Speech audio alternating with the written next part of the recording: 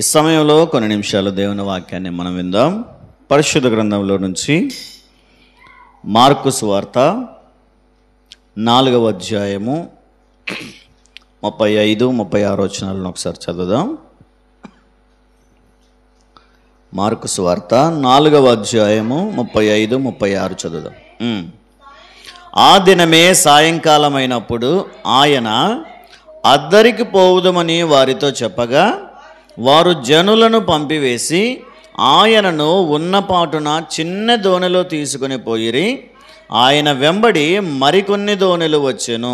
చాలు చూడండి. ప్రభునందు ప్రేమైన దేవుని బిడ్డలారా, ఈ చదవబడిన లేఖన భాగాన్ని కొన్ని నిమిషాలు మనం ఆలోచన చేస్తే, ఇక్కడ ప్రభు అయిన యేసుక్రీస్తు వారు తాను సువార్త ప్రకటిస్తూ ఉన్నప్పుడు ఎన్నో విషయాలలో, ఎన్నో సందర్భాలలో దోణెలను దేవుడు ఉపయోగించినట్టుగా మనం చూస్తాం. చాలా సందర్భాలలో ఈ దోణెలను దేవుడు ఆత్మల రక్షణ కొరకై వాడుకున్నట్టుగా, వాటి ద్వారా సువార్తను ప్రకటించినట్టుగా, సువార్తను ప్రకటించడంలో దోణెలు కూడా పాలిభాగస్తులుగా ఉన్నట్టుగా మనం చూస్తూ ఉన్నాం. అయితే ఈరోజు బైబిల్ గ్రంథంలో ఒక 3 దోణెలను గురించి మనం ఆలోచన చేద్దాం. 3 సందర్భాలలో దేవుడు ఉపయోగించిన ఈ దోణెలను గురించి మనం ఆలోచన చేద్దాం. ఏ సందర్భాలలో ఉపయోగపడ్డాయో, ఏ విధాలుగా ఉపయోగపడ్డాయో, దేనికి సాదృశ్యంగా ఉన్నాయో కొన్ని నిమిషాలను మనం ఆలోచన చేసే ప్రయత్నం చేద్దాం. అయితే ఇక్కడ మొదటిగా చదువుకున్నటువంటి లేఖన భాగంలో ప్రభు అయిన యేసుక్రీస్తు వారు ఉపయోగించినటువంటి చిన్న దోణెను గురించి మనం ఆలోచన చేయగలిగితే, యేసుక్రీస్తు వారు రాజ్య సువార్తను ప్రకటిస్తూ ఉన్నప్పుడు ఎందరో ప్రజలు వచ్చి ఆయన యొక్క వాక్యాన్ని వినాలని, ఆయన మాటలను వినాలని ఎంతో ఆశపడేవారు. యేసుక్రీస్తు వారు సువార్త ప్రకటించేది కొన్నిసార్లు కొండల మీద, కొన్నిసార్లు దోణెల మీద. చాలా సందర్భాల్లో చూస్తాం ఆయన వీధుల వెంట ప్రకటించడం కంటే కూడా కొండల మీద, ఎత్తైన స్థలంలో కూర్చొని బోధించడం కానివ్వండి, లేదా సముద్ర తీరాల్లో, సరస్సు తీరాల్లో ఉన్నప్పుడు దోణల మీద కూర్చొని ప్రకటించడం కానీ ఆయనకు అలవాటుగా ఉండేది. అయితే ఇక్కడ మనం చదువుకున్నట్టుగా భక్తుడైనటువంటి మార్కు గారు యేసుక్రీస్తు వారి సువార్తలో తాను పరిశుద్ధాత్మ ప్రేరణతో వ్రాసిన ఈ చిన్న పారాగ్రాఫ్లో మనం చూడగలిగితే, ఈ 41వ వచనం వరకు ఈ చిన్న పారాగ్రాఫ్లో ప్రభువైన యేసుక్రీస్తు వారు తన శిష్యులతోనే ఉన్న వారి జీవితంలో ఎదురైన ఈ చిన్న సంఘటన గురించి మనం ఆలోచన చేసే ప్రయత్నం చేద్దాం. ఆ చిన్న దోణిలో కూర్చొని వారు బయలుదేరి వెళ్తూ ఉన్నప్పుడు ఏం జరిగిందో చూడండి. ఒకసారి 37వ వచనం చదువుదాం. అప్పుడు పెద్ద తుఫాను రేగి ఆయన ఉన్న దోణి మీద అలలు కొట్టినందున దోణె నిండిపోయెను. ఆయన దోణె అమరమున తలగడ మీద తలవాల్చుకొని నిద్రించుచుండెను. వారు ఆయనను లేపి, బోధకుడా, మేము నశించిపోవచ్చున్నాము, నీకు చింత లేదా అని ఆయనతో అనిరి. చాలా చూడండి, ఇక్కడ యేసుక్రీస్తు వారి శిష్యులు సముద్ర ప్రయాణంలో వారు దోణెల మీద ప్రయాణం చేస్తున్నప్పుడు అలలు వారు ఎదుర్కొన్న సందర్భాలలో ఇక్కడ ఒక తుఫానును వారు ఎదుర్కొన్నట్టుగా మనం చూస్తూ ఉన్నాం. వారు బయలుదేరి వెళ్తున్నప్పుడు ఒక పెద్ద తుఫాను రేగి, ఆ సముద్రం మీద ఒక తుఫాను రేగి అలలతో నింపబడిందంట, అలలతో కప్పబడిందంట దోణి. ఈరోజు మనం ఆలోచన చేస్తే ఈ దోణి మన జీవితాల్లో ఎదురయ్యే శ్రమలకు సాదృశ్యంగా ఉన్నట్టుగా మనం చూస్తాం. మనం కూడా యేసుక్రీస్తు వారి యందు విశ్వాసం ఉంచి మన ఆత్మీయ జీవితంలో ప్రయాణం చేస్తూ ఉన్నప్పుడు ఎన్నో అలల వంటి శ్రమలు, ఎన్నో శ్రమల వంటి తుఫానులు మన మీద దాడి చేస్తాయి.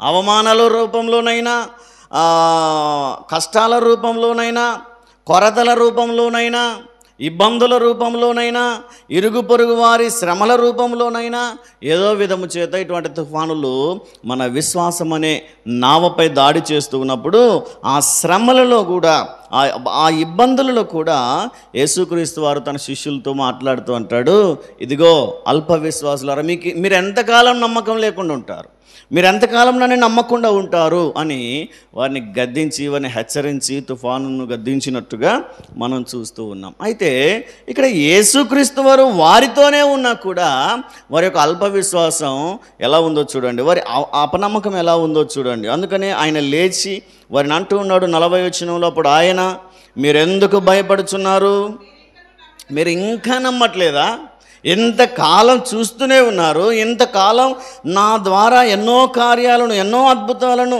ఎన్నో స్వస్థతలను చూస్తూనే ఉన్నారు, కానీ ఇంకా మీకేం లేదు, నమ్మకం లేదు. అందుకే ఈరోజు శ్రమల వంటి ఆ నావలో మనం కూడా ప్రయాణం చేస్తూ ఉన్నప్పుడు మన మీదికి దాడి చేసేటువంటి శోధనలు, శ్రమలు, నిందలు, అవమానాలలో మరి మనకుందా నమ్మకం?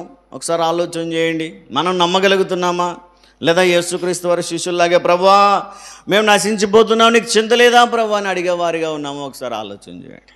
ఏదైనా చిన్న శోధన వచ్చిందనుకోండి, వెంటనే దేవుని దగ్గరకు వచ్చి ఏడ్చి ప్రార్థన చేస్తాం. ప్రార్థన చేయడం మంచిదే, కానీ విశ్వాసంతో చేస్తున్నామా, భయంతో చేస్తున్నామా అన్నది ఆలోచన చేయాలి. ఈరోజు వారు భయపడి దేవుని దగ్గరికి వెళ్ళి ఆయనను లేపుచూ ఉన్నట్టుగా మనం చూస్తాం. చూడండి ప్రియమైన దేవుని బిడ్డలారా, ఈ చిన్న దోణి మన జీవితాల్లో ఎదురయ్యే శ్రమలకు సాదృశ్యంగా ఉంది అని మనం ఆలోచన చేయగలిగితే, మరి యేసుక్రీస్తు వారు ఆ దోణిలో ఉన్నా సరే అక్కడికి శ్రమలు వచ్చాయి. ఈరోజు యేసుక్రీస్తు వారి శిష్యుల జీవితాల్లో వారు అనుకొని ఉండవచ్చు, మాతో పాటు ఇంకా ఆయనే ఉన్నాడు కదా, మాకు ఇంకేం భయం లేదనుకుని ఉండవచ్చు. అంతేనామా? దేవుడే మాతో పాటు ఉన్నాడు, యేసుక్రీస్తు వారు ఇంకా మాతో పాటు ప్రయాణం చేస్తూ ఉన్నాడు, ఇంకా ఏం బాధ ఉండదేమో అనుకుంటారు. కొన్నిసార్లు క్రైస్తవ్యంలో చాలామంది విశ్వాసులు నమ్మే యొక్క ఆ నమ్మకం అదే, ఏంటంటే ఇంకా దేవుని నమ్ముకున్నాము, ఇంకేం బాధలు ఉండవు. అంతేనమ్మా? మీరు కూడా అనుకున్నారా? యేసుక్రీస్తు వారు నమ్ముకుంటే ఇంకేం బాధలు ఉండవు అని అనుకున్నారా? మీరు కూడా అనుకున్నారా? శ్రమలకు సిద్ధపడ్డారా?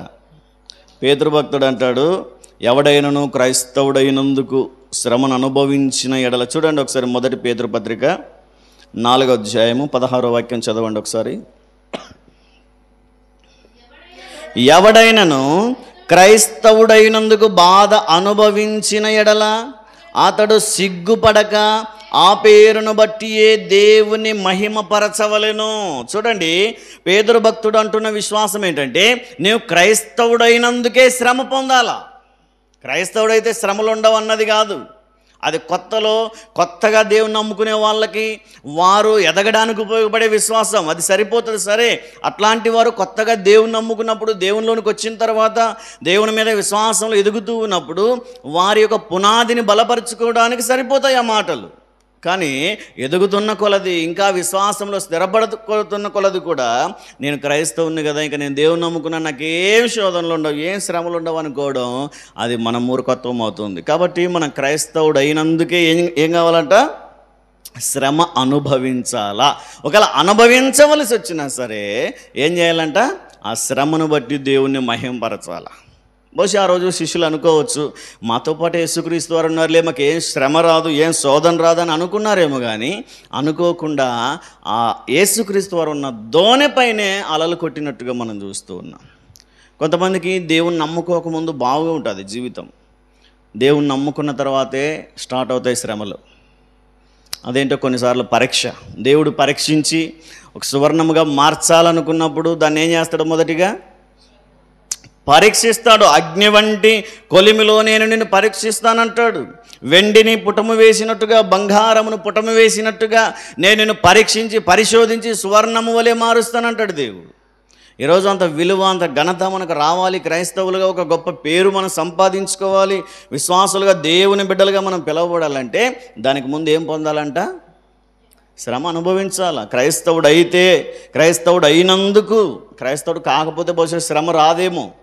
ఎథెన్సు పట్టణంలో, కొరింథీ పట్టణంలో పౌలుకు ఎదురైన శ్రమలు చూడండి. కేవలం యేసుక్రీస్తు వారి నామాన్ని ప్రకటిస్తున్నాడన్న ఆ నిందన ఆయన మీద మోపి ఎన్ని శ్రమలు పెట్టారో మనం ఒకసారి ఆలోచన చేస్తే, పౌలు అంటాడు, ఒక గొప్ప మరణం నుంచి నేను తప్పించబడ్డాను అంటాడు. ఒక గొప్ప సింహం నుంచి నేను తప్పించబడ్డానంటాడు. ఎక్కడ ఆయనకేం సింహాలు ఎదురు కాలేదు బైబిల్లో, కానీ ఒక గొప్ప సింహం అంటే సింహం అంతటి భయంకరమైన శ్రమలు, శోధనలు కూడా పౌలు ఎదుర్కొన్నాడు. కారణం ఏంటంటే క్రీస్తును బట్టి, యేసే క్రీస్తు అని ప్రకటించినందుకు. ఈరోజు ఇంకా క్రీస్తు నమ్ముకున్నాం, ఇంకేం బాధ లేదా అంటే కొన్నిసార్లు మనం బాధలు కూడా అనుభవించాల్సి రావచ్చు. అందుకే ఈ దోణి దేనికి సాదృశ్యంగా ఉంది అని మనం ఆలోచన చేస్తే, మనము ఎదుర్కోబోయే శ్రమలకు యేసుక్రీస్తు వారు వారితోనే ఉన్నాడు, వారి పక్కనే ఉన్నాడు, వారితోనే ఉన్నాడు, ఏమి ఎక్కువ దూరం లేదు. కనీసం ఇంకా 2-3 దోణెలు ఉన్నాయి కదా, వేరే దోణెలో ఉన్నాడని అనకు లేదు. వారు ఉన్న దోణెలోనే ఉన్నాడు, అమరమున పడుకొని ఉన్నాడు. అయినా వారి అవిశ్వాసము, కొంత వారి అల్ప విశ్వాసాన్ని దేవుడు పరీక్షించాడేమో కానీ అలల చేత కప్పబడినప్పుడు వారు మొర్రపెట్టి ప్రార్థన చేస్తారు. ప్రభువా, మేము నశించిపోతున్నాం, నీకు చింత లేదా అంటారు. నీవు నశించిపోవడం దేవునికి ఇష్టమా? నీవు శ్రమ పడడం దేవునికి ఇష్టమా? నిన్ను బలపరచడానికి దేవుడు నిన్ను అలా సిద్ధపరుస్తాడే తప్ప నువ్వెప్పుడు శ్రమలో ఉండడం దేవునికి సంతోషం కాదు. పిల్లలు చదివిన తర్వాత 10వ తరగతిలో ఎగ్జామ్స్ పెడతారు అంటే ఇంకా అక్కడితో ఫెయిల్ అయిపోయి ఇంటికి పోవాలన్నా, పాస్ అయ్యి ఇంకా పై తరగతులకు వెళ్ళాలన్నా, అది అంటే గవర్నమెంట్ కానీ ఏదైనా కానీ ఒక ఉన్నతమైన స్థితిలోనికి తీసుకెళ్ళడానికి ఏ విధంగా పరీక్షిస్తారో దేవుడు కూడా ఆత్మీయంగా బలపరచడానికి కొన్నిసార్లు శ్రమల గుండా నడిపించాల్సి రావచ్చు. ఊజు దేశం అంతటి మీద గొప్పవాడని అప్పటికే అంత మంచి సాక్ష్యం ఉన్నా, అంత గొప్ప విశ్వాసం ఉన్నా, అంత గొప్ప నమ్మకస్తుడు యథార్థవంతుడైనా ఆయనకే తప్పలేదు శ్రమలు. నిరూపించబడిన వ్యక్తికి, అప్పటికే మంచి సాక్ష్యం ఉన్న వ్యక్తికి ఇంకా నేను పరీక్షించి తెలుసుకుంటాను అనట్లేదు దేవుడు. ఏమంటాడు? యోబుని గురించి ఆలోచించావా అంటాడు. అంటే అప్పటికే ఆయన నిరూపించబడ్డాడు, అప్పటికే ఆయన నమ్మకస్తుడని యథార్థవంతుడని దేవుడు ఆయన సీలేసేసాడు. అయినప్పటికీ అంత గొప్ప భక్తునికే శ్రమలు తప్పలేదు. అయితే మనం కూడా కొన్నిసార్లు శ్రమలు ఎదుర్కోవాల్సి రావచ్చు. ఆ శ్రమలు ఏవైనా కానీ, శ్రమ అంటే ఒక అనారోగ్యమనే కాదు, ఒక డబ్బు కొరతనే కాదు, ఒక ఇబ్బంది అనే కాదు, ఏ రూపంలో వచ్చిన సాతానుడు దాడి చేయడానికి మనం భయపడకుండా నాతో యేసయ్య ఉన్నాడు అనే విశ్వాసం కలిగి జీవించగలిగితే, అందుకే యేసుక్రీస్తు వారిని గద్దించి, ఏంటి మీరు ఇంకా నమ్మరా? ఇంకా అంటే అప్పటికి చాలా చేశాడు, అప్పటికి చాలా చూశారు, అయినా ఇంకా నమ్మకం లేదా అంటాడు. మనల్ని ఆ విధంగా అనకుండా మన విశ్వాసంలో, మన దోణి ప్రయాణంలో, మన విశ్వాసం నావ ప్రయాణంలో మనం ప్రయాణించగలిగితే ఈ శ్రమలకు సాదృశ్యంగా ఉన్న ఈ నావలో దేవుడు మనకు తోడయుండి నడిపిస్తాడని దేవుని వాక్యం తెలియజేస్తుంది. మరొక విషయాన్ని మనం చూస్తాం, చూడండి. మత్తయి సువార్తలోనికి రండి ఒకసారి. మత్తయి సువార్త 14వ అధ్యాయము 22వ వచనం నుంచి చదువుదాం. వెంటనే ఆ జన సమూహములను తాను పంపివేయునంతలో తన శిష్యులు దోణి ఎక్కి తనకంటే ముందుగా అద్దరికి వెళ్ళవలనని ఆయన వారిని బలవంతము చేసెను. చాలా ఇక్కడ చూడండి, ఇక్కడ యేసుక్రీస్తు వారు ఒక అద్భుతమైన కార్యం చేశాడు. ఆ పైనే 5 రొట్టెలు 2 చేపలను కొన్ని వేల మందికి పంచి అద్భుతమైన కార్యం చేశాడు. అప్పటికప్పుడే ప్రజలందరినీ పంపించేసి, ఆ ప్రజలను పంపించిన తర్వాత శిష్యులను కూడా వెళ్ళిపోమంటున్నాడు దేవుడు. శిష్యులను కూడా వెళ్ళిపోండి అని బలవంతం చేశాడంట దేవుడు. మీరు త్వరగా వెళ్ళిపోవాలా?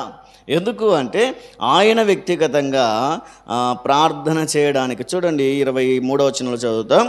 ఆయన ఆ జన సమూహములను పంపివేసి ప్రార్థన చేయుటకు ఏకాంతముగా కొండ ఎక్కిపోయి సాయంకాలమైనప్పుడు ఒంటరిగా ఉండెను. ఎన్ని గంటలకు అయిపోయిందో భోజనం కానీ 5,000 మందిని ప్రజలను పంపించేశాడు, ఇంటికి పంపించేసి, అందరినీ పంపించేసి శిష్యులను కూడా పంపించేశాడు. ఒరే ఇదిగో మీరు వెళ్ళండి, మీరు దోణిలో కూర్చొని మీరు ప్రయాణం చేస్తూ ఉండండి, ఈలోపు నేను వచ్చేస్తానన్నాడు. ఆయన ఏకాంతంగా వెళ్ళి ప్రార్థన చేసుకోవడం ప్రారంభించి ప్రార్థన చేస్తూ చేస్తూ చేస్తూ సాయంకాలం అయినప్పుడు 4వ జామున ఉంటుంది చూడండి, రాత్రి 25వ వచనంలో చూస్తాం. ఇక్కడ 4వ జామున అంటే ఇక బాగా రాత్రి అయిపోయిన తర్వాత, బాగా లేట్ అయిపోయిన తర్వాత యేసుక్రీస్తు వారి మధ్యకు వచ్చాడంట. వీరు దోణిలో వెళ్తూనే ఉన్నారు, యేసుక్రీస్తు వారి మధ్యలోకి వచ్చారు ఇంకో దోణి వేసుకొని అని అనుకునేరు. నీళ్ళ మీద నడిచొచ్చాడంట. వాళ్ళ పరిస్థితి ఎట్లుంటుందో ఆలోచన చేయండి. ఆయన నడిచొచ్చే చూసి భయపడ్డారు, ఆయన గుర్తుపట్టట్లేదు. సరే, ఎంత గొప్ప స్వస్థత చేసేవాడైనా, ఎంత గొప్ప దయ్యాలను వెళ్ళగొట్టేవాడైనా నీళ్ళ మీద ఎలా నడవగలుగుతాడు అని చెప్పి భయపడ్డారు. ఎందుకు భయపడ్డారంటే ఆయన రాకంటే ముందే అక్కడ గొప్ప తుఫాను రేగినట్టుగా మనం చూస్తాం. చూడండి 24వ వచనం చదవండి. అప్పటికి ఆ దోణి దరికి దూరముగా నుండగా గాలి ఎదురైనందున అలల వలన కొట్టబడుచుండెను. అక్కడ కూడా సేమ్ సిచ్యువేషన్, అలలతో కొట్టబడుతుంది, తుఫాను రేగింది భయంకరంగా. నావ దోణి అటు ఇటు ఊగుతూ ఉంది. ఎప్పుడు మునిగిపోతామో, ఎప్పుడు ఉల్టా పడిపోతుందో తెలీదు, ఎప్పుడు వాళ్ళను ముంచేస్తుందో. ఇంకా సముద్రం మధ్యలో ఉన్నారు. ఇంకా అక్కడ కనుక మునిగి చనిపోయారంటే బహుశా ఆ మధ్యలో నుంచి ఇదుకు రావడం వారి వల్ల కూడా కాదేమో. బహుశా అంత భయంకరమైన పరిస్థితులు, ఎటు చూసిన చీకటి, 4వ జామున అని వ్రాయబడింది. బాగా లేట్ నైట్లో ఆ అలలు తుఫాను రేగినప్పుడు, భయంకరమైన గాలులు వీస్తూ ఉన్నప్పుడు, ఆ మధ్యలో ఆ శ్రమలలో, ఆ శోధనలలో, ఆ అలల మధ్యలో కూడా ఎవరో ఒక వ్యక్తి నడుచుకుంటూ వస్తున్నాడు అంట. సముద్రం మీద, నీళ్ళ మీద నడుచుకుంటూ వస్తుంటే వాళ్ళకి భయం వేసింది. ఏంటి ఇంత తుఫాన్ రేగింది, ఇంత అలలు వేస్తూ ఉన్నాయి, ఇంత భయంకరంగా గాలులు ఇస్తున్నాయి, ఇక మధ్యలో నుంచి ఒక మనిషి నడిచి వచ్చినట్టు కనిపిస్తుంది, ఏంటది అని చెప్పి భయపడి, యేసుక్రీస్తు వారు మాతో వస్తానన్నాడు కదా, మీరు వెళ్ళండి నేను వస్తానని చెప్పాడు కదా అన్న మాట కూడా వారి జ్ఞాపకం రావట్లేదు. భయపడుతూ ఉన్నారు. అలల మధ్యలో, తుఫాను మధ్యలో భయపడిపోయి, ఇదిగో దయ్యం వస్తుంది, ఇదిగో భూతం వస్తుందని చెప్పి భయపడుతూ ఉంటే దేవుడు అన్నాడు, ఇదిగో భయపడకుడి అంటాడు ఆయన. చూడండి 14వ అధ్యాయము 20. ధైర్యము తెచ్చుకున్నడి, నేనే, భయపడకుడని వారితో చెప్పాను. ఇక్కడ చూడండి, యేసుక్రీస్తు వారు వెంటనే వారితో మాట్లాడుతున్నాడు. భయాందోళనలో ఉన్నప్పుడు, భయక్రాంతుల్లో ఉన్నప్పుడు, వారందరూ భయము చేత వణికి చచ్చిన వారి వలె పడిపోయే స్థితిలోనికి వచ్చినప్పుడు భయపడవద్దు అంటున్నాడు దేవుడు. ఈరోజు ఈ దోణి కూడా మన అవిశ్వాసానికి సాదృశ్యంగా ఉంది. ఎందుకంటే పేతురు యొక్క అవిశ్వాసం అక్కడ బయటపడింది. పేతురు యొక్క విశ్వాసాన్ని పరీక్షించే ఆ సమయంలో అతడు అవిశ్వాసి అని, అల్ప విశ్వాసి అని, చాలా తక్కువ స్థాయిలో ఉన్నాడు విశ్వాసములోని దేవుడు తనకు తానే తెలియజేసినటువంటి సందర్భం. అందుకే ఇదిగో ఎవ్వరు భయపడొద్దు అంటున్నాడు. ఈరోజు మనకు కూడా ఎన్నో శ్రమలు, నిందలు, అవమానాలు ఎదురైనప్పుడు అన్ని పరిస్థితుల్లో దేవుడు చెప్పే ఒకే ఒక మాట ఏంటంటే భయపడొద్దు, విశ్వాసం కలిగునండి, దేవుడు అన్నింటినీ సాధ్యపరుస్తాడని చెప్పి, నేను మీతో ఉన్నాను, మీ దోణిలో లేనేమో కానీ మీతోనే ఉన్నాను. శ్రమల్లో బహుశా మన పక్కన కనిపించకపోవచ్చు కానీ మనకు తోడే ఉంటాడు దేవుడు. అందుకే యేసుక్రీస్తు వారు వెంటనే నేనే, భయపడవద్దు అని చెప్పిన వెంటనే పేతురు తొందరపడి, ప్రభువా నీవేనా అంటాడు. చూడండి ఒకసారి 28వ వచనం చదవండి. ప్రభువా నీవే అయితే నీళ్ళ మీద నడిచి నీ యొద్దకు వచ్చుటకు నాకు సెలవిమ్మని ఆయనతో నేను. ఇక్కడ చూడండి, పేతురు ఒక సాహసం చేస్తున్నాడు.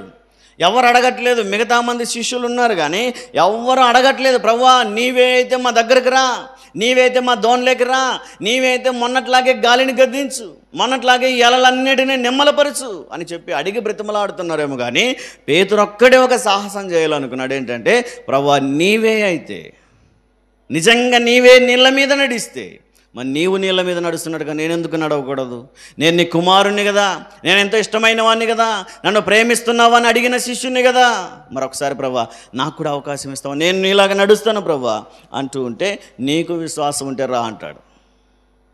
నీ చేత అయితే రా, నేను నడిపిస్తాను, కానీ అడుగేయడానికి నీకుండాల దమ్ము అంటాడు దేవుడు.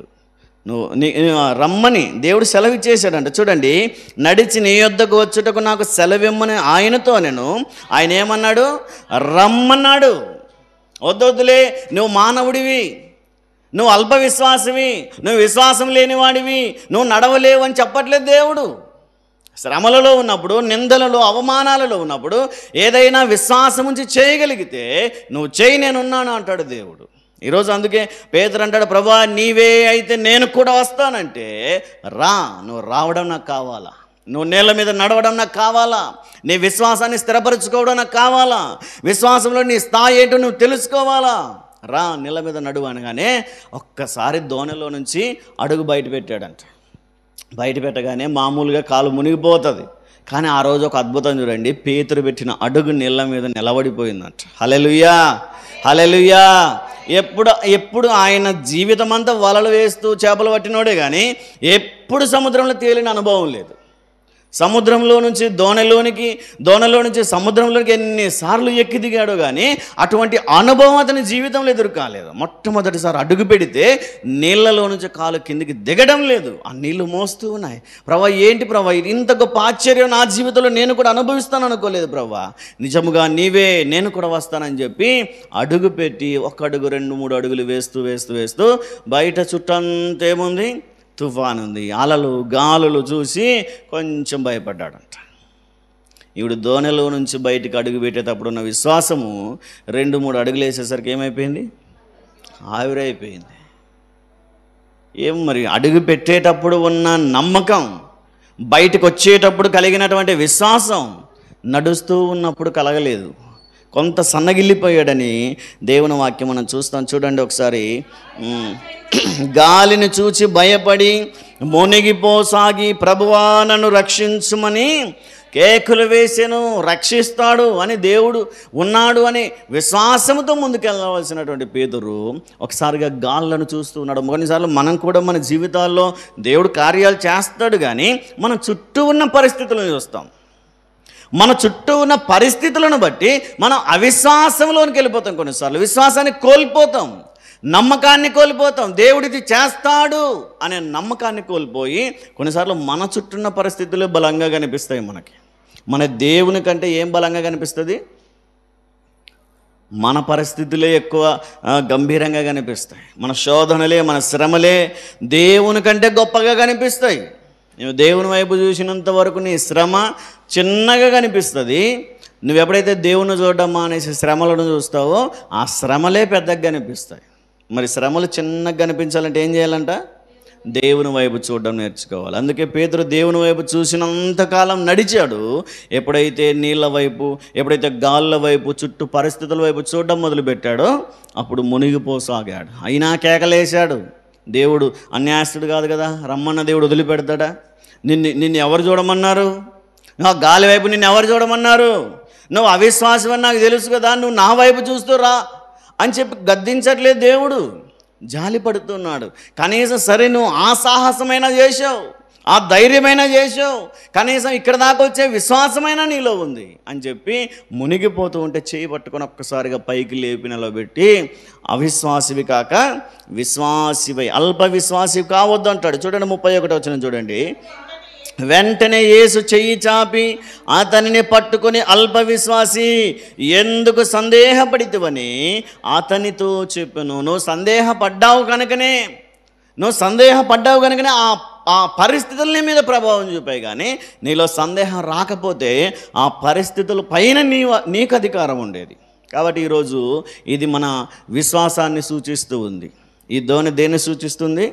మన విశ్వాసాన్ని. మొదటి దోణి మనకు వచ్చినటువంటి శ్రమలను సూచిస్తుంది. ఆ శ్రమలలో కూడా దేవుడు ఉన్నాడని నమ్మకం కలిగి జీవిస్తే దేవుడు సహాయం చేస్తాడు. ఇక్కడ విశ్వాసాన్ని సూచిస్తున్న ఈ దోణిలో మన విశ్వాసాన్ని పరీక్షించుకుందాం. అంటే శ్రమలలో, నిందలలో మన విశ్వాసాన్ని మనం ఏం చేసుకోవాలా? పరీక్షించుకోవాలి. మనం విశ్వాసులమా, అవిశ్వాసులమా, లేదా అల్ప విశ్వాసులమా ఎప్పుడు తెలుస్తుంది? అంటే మన శ్రమల్లోనే, మన శోధనల్లోనే, మన కలిగిన ఇబ్బందుల్లోనే మన విశ్వాసం ఏంటో తెలుస్తుంది. కాబట్టి విశ్వాసులుగా మనం జీవించాలి అంటే మనకు కలిగేటువంటి శ్రమలలో, శోధనలలో ఎప్పుడూ భయపడకుండా, పరిస్థితుల వైపు చూడకుండా దేవుని వైపు చూడడం నేర్చుకుందాం. మూడవదిగా చూద్దాం. చూడండి ఒకసారి లూకా సువార్తలోనికి రండి. 5వ అధ్యాయము 1వ వచనాన్ని చదువుదాం.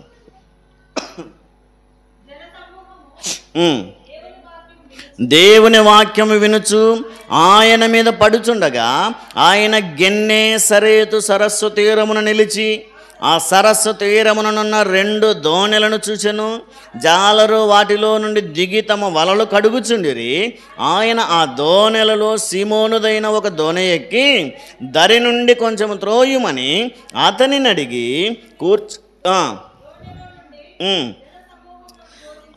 చాలు. ఇక్కడ చూడండి, ఇక్కడ సీమోను దోణె దేవుడు ఉపయోగించుకున్నట్టుగా మనం చూస్తూ ఉన్నాం. ప్రభువైన యేసుక్రీస్తు వారు సువార్త ప్రారంభంలో ఎన్నో దోణెలు ఉన్నాయి. గిన్నెసరేత్ అనే ప్రాంతంలో సరస్సు తీరములో ఎన్నో దోణెలు ఉన్నాయి. ఆ దోణెలన్నింటిలో యేసుక్రీస్తు వారు ఏ దోణె ఎక్కడంట? సీమోను దోణె, పేతురు దోణె. పేతురు అప్పటికి ఇంకా చేపలు పడుతూ అలిసిపోయి వలలు కడుక్కుంటున్నారు. ఎందుకు అలసిపోయారంటే రాత్రంతా శ్రమ పడ్డారంట, కానీ ఒక్క చేప కూడా దొరకలేదంట. మనం యోహాను సువార్త 21లో చదువుతాం. అక్కడ కూడా రాత్రంతా శ్రమ పడ్డారు, ఇక్కడ రాత్రంతా శ్రమ పడ్డారు. 2 సందర్భాలు ఒకటే అనుకున్నారు, 2 వేరు. ఇది సువార్త ప్రారంభంలో, అది పునరుద్ధానం జరిగిన ప్రారంభంలో. రెండు సందర్భాలు వేరు వేరు. ఈ విషయాన్ని గమనించండి. ఇక్కడ గిన్నేసరేతు అనే సరస్సు తీరములో యేసుక్రీస్తు ఒక దోణికి కూర్చున్నాడు. ఆ దోణె దిగి వలలు కడుక్కుంటున్నారంట. సీమోను దోణి మీద కూర్చొని అందరికీ సువార్తను ప్రకటిస్తూ దేవుని వాక్యాన్ని ప్రకటిస్తూ ఉన్నప్పుడు పేతురు ఏం చేశాడంటే దోణి పట్టుకొని కూర్చున్నాడంట. నీళ్ళలో దిగి ఆ దోణి కదలకుండా పట్టుకున్నాడు. నీళ్ళలో దోణి అటు ఇటు కదులుతూ ఉంటుంది. అలలకు వచ్చిపోయే తరంగాలకు ఆ దోణలు కదులుతూ ఉంటాయి. అయితే కదలకుండా దేవుడు స్థిరంగా వారికి బోధించడానికి ప్రయాసపడుతున్నట్టుగా పేతురును మనం చూస్తాం. వాక్యాన్ని బోధించి అందరినీ పంపించేసిన తర్వాత, ఇదిగో సీమోను, ఏమైనా చేపలు ఉన్నాయా మీ దగ్గర, ఏదైనా భోజనం ఉందా అని అడుగుతుంటే, ఏం లేదు ప్రభు మా దగ్గర అన్నాడు.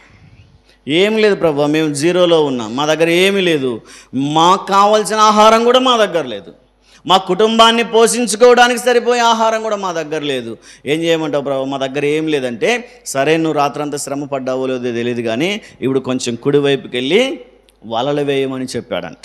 ఆయన అంటాడు, చూడండి ఒకసారి 5వ వచనం చదువుదాం చూడండి.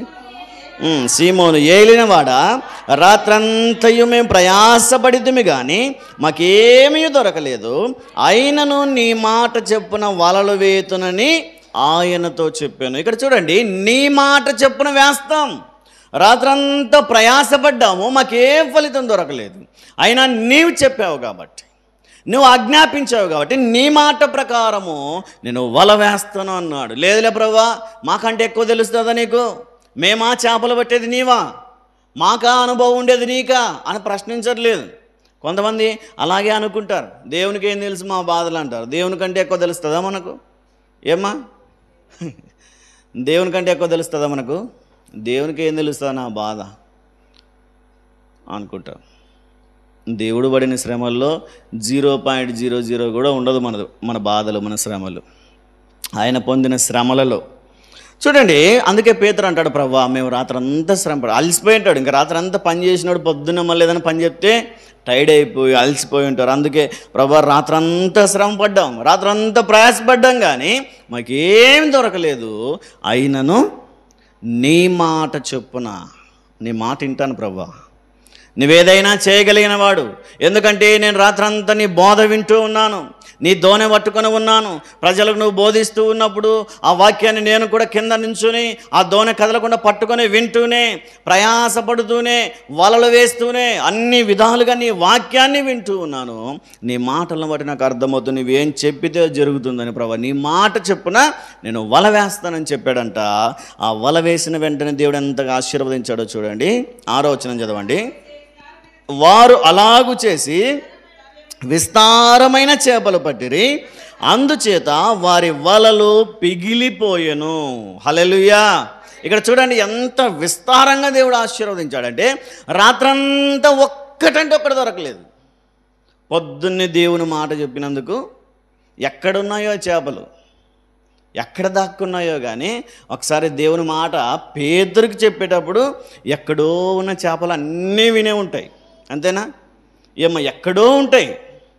ఈ సరస్సు వదిలి ఆ గట్టుకున్నాయేమో, ఈ వైపున్నా ఏ వైపున్నావో తెలియదు కానీ పేతురుకు చెప్తూ ఉన్నప్పుడు ఆ చేపలన్నీ విని దేవుడు చెప్పాడు గనక మా ప్రాణం ఇవ్వడానికి కూడా మేము సిద్ధమే అని చేపలన్నీ వచ్చి ఎక్కడ పడ్డాయి? వలలో పడ్డాయి. దేవుని మాట చొప్పున చేయండి. ఏదైనా సరే కొరత ఉన్నప్పుడు, ఇబ్బంది ఉన్నప్పుడు ఏం చేయాలా? మన వాళ్ళు చెప్తారు, ఇట్లా చీటి కట్టుకోమ్మా బాగుంటుంది అంట. చీటి కట్టుకుని నీకే జరిపోతుంది జీవితం, నేను పొదుపు కట్టుకుంటా అంటే మంచివే, అవి మంచి చెడ్డవని కాదు కానీ వాళ్ళ సలహాలు కొంతవరకే పని పడతాయి.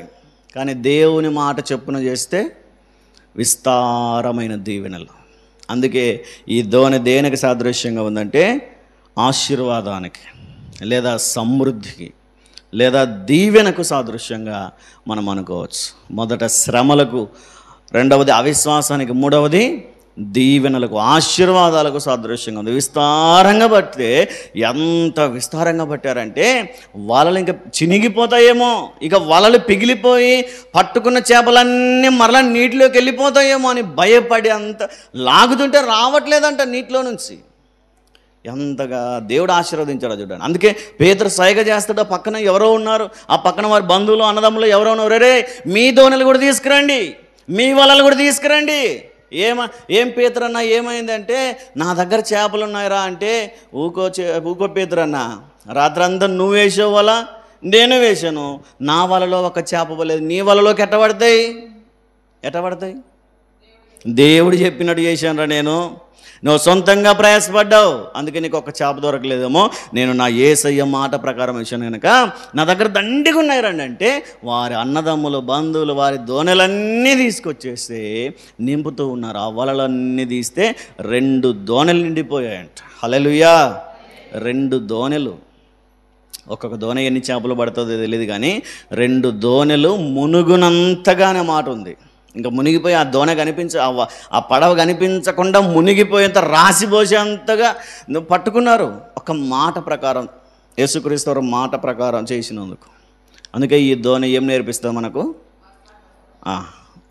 మనకు ఏదైనా కొరతగా ఉన్నప్పుడు కూడా ఆయన మాట ప్రకారం చేస్తే లేమిలో కూడా దేవుడు సమృద్ధిని దయచేస్తాడు. కాబట్టి మనం కూడా, మన ప్రయాణం కూడా, మన విశ్వాసం కూడా, మన ఆత్మీయ జీవితం కూడా ఒక దోణె ప్రయాణం లాంటిది అనుకుంటే కనుక శ్రమలు మన మీద దాడి చేస్తాయి.